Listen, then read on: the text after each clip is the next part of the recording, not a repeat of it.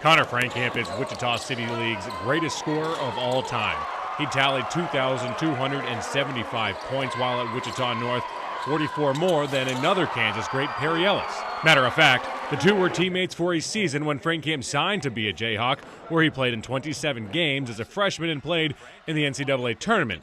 But then he thought it was time to come home.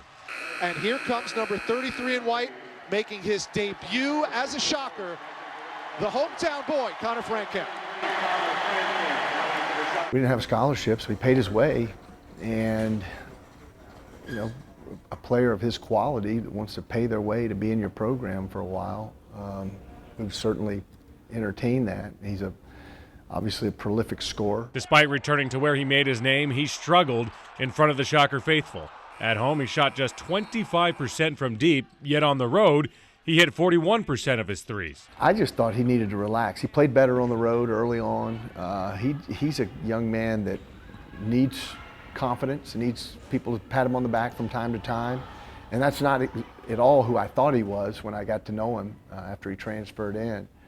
I thought he was going to be overflowing with confidence. We'd have to tone him down. But in fact, we had to pump him up because most of the time he was deferring to Ron and Fred. All in all, a little bit of a difficult transition for him because, first of all, he came in the middle of a year on a team that was not only well established but close. And it has to feel a little strange to be a new guy kind of on the outside in the middle of the year. He really consciously deferred to Fred and Ron, wanted to make sure that it didn't look like he was trying to in any way take over their team. But despite those woes, he is starting to come into his own after playing a team-high 28 minutes and scoring 15 points, including 3 of 5 from downtown against Long Beach State Sunday night. I am a lot more confident. That comes with practice too, though, and getting out there a little bit more and just being confident in practice. But also the coaches have given me a lot of confidence as well as my teammates. The next step in his game, Marshall says, is to have him become more of a vocal leader. We wanted him to open his mouth. He can't be this